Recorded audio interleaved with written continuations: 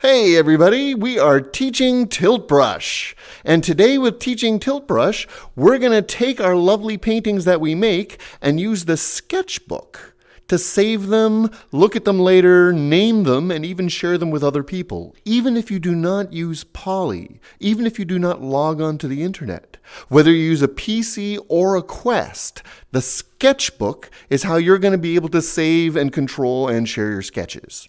So I've got a lovely example here of an underwater picture that I'd like to save for later. On your main controller, whether you're beginner or advanced, when you mouse over it, the very top image here, that is a picture of an extinct creature called a floppy disk. They once roamed the offices in the thousands, but now they are extinct. But we still use that as button to save our sketch. And the first time you do that, it's going to turn your controller into a camera so that you can step back, get a nice view of your picture, and pull the trigger. And that's the picture it's going to use for the title of your sketch. There we go. So, now that I've saved this, the main Sketchbook button is going to be a list of all of the sketches you've saved. I've done a bunch, so when I click on that, we get a list of all the pictures we've been doing lately. The most recent one should be the one on top. So if I go back and work on something else and save that, it will become the one on top. By default, it's going to not have a title. So as I mouse over, you see it's called Untitled 0. Untitled is how it's always going to call it whenever you save a sketch. The only way to rename the file, so you see I've got Deep Forest, Flight of Angels. The only way to rename it on any headset type is using a PC. You don't need Oculus Link for the Quest, but you do need to connect your Quest to a PC via USB. Because the only way to rename these files is to rename the files. So we actually need to open our files and folders while we're connected. We do not need to have Tilt Brush turned on. We do not need to have the sketch open. But if I actually go, I'm actually going to go and I've got a picture of this. Let me bring up my picture. I should have done this beforehand. More options, labs, local media, images. So we actually need to open our files and folders. Any computer that has Tilt Brush, in a Windows environment, it'll automatically go into My Documents and create a folder called Tilt Brush. Automatically. You didn't have to do that yourself. Whenever you save a sketch, you'll notice there's a folder in here called Sketches. That's where it's going to put everything you save. So if you actually open up that folder, it's going to have a list of your sketches. Now for a Quest user, the string is going to be a little bit different. While you're plugged into the computer, you do not need to have the Quest active for this, but I believe it needs to have power. So it'll be this PC Quest. Onboard Quest, it'll say internal storage. So I'm going to write that so you can see exactly what we're talking about. When it's plugged into the PC, it's going to look for Quest, and in there, a folder called internal storage. Yes, I'm writing this backwards. Internal, almost got me there, storage. Did get me that time. Storage. So Quest, internal storage. That's where it's going to hide the Tilt Brush folder. So as we've got right here, PC Documents Tilt Brush. Quest users, it's going to be PC Quest Internal Storage Tilt Brush. But in there, we'll have the Sketches folder. And in the Sketches folder, you'll have your different documents. So you can see these are the ones I've got in there right now. When you first do this, they will be called Untitled, Untitled 0, that type of thing. So when you do go in, let's get rid of this out of my face. When you do go in, you can just rename the files anything you like. So I renamed mine Deep Forest or Flight of Angels. Once it's named that here, when you bring up your sketches, that's the name they're going to have here. Whether you're Quest or PC, they're all going to be working the same way. So let me get these out of the way. Unfortunately, you can't see those things from behind, so let me see where they ended up. Okay. So, once you've hit save, it creates a file in that folder. Once it's created the file in the folder, you can name it anything you like. You can then copy that file to anybody else's Tilt Brush sketch folder. So I could just put that on a flash drive, give it to my friend, or zip it up and email it to a friend, and then they can put it into their own Tilt and see your sketch. Very similar to using Poly without the Poly. It's just copying that Tilt file and allowing you to share it with other people.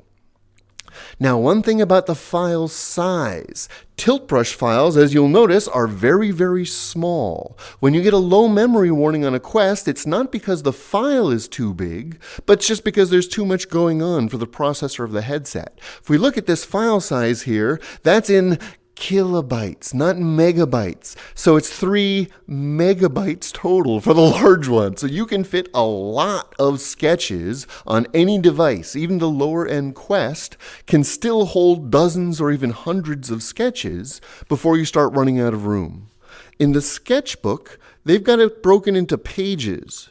So if you do have more than 5 or 6, you can scroll through pages and pages of them. It'll show you the visual snapshot, plus it'll show you whatever name you gave it. So with the Sketchbook, other ways to control the file than just the files and folders. If you'll notice when you point at a sketch here, it's going to put those 3 dots in the bottom corner. Those 3 dots are your settings for the picture, just like in any other program. So if I choose those 3 dots, it gives me the option of either delete them, meaning I don't want it anymore. It will actually delete it out of the folder. Or the option is, the option is reveal on desktop.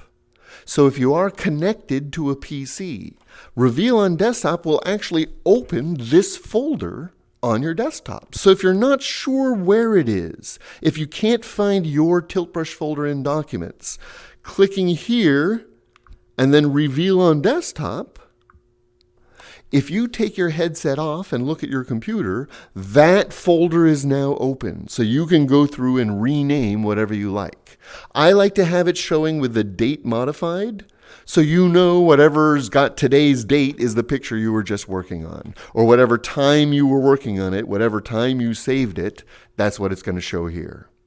So the Sketchbook gives you full access to any picture you've done. Clicking on any of these pictures loads the sketch. Now when it loads, you can see it's actually painting it in stroke by stroke. That's all these Tilt files are, is a list of all of the paint strokes you've done.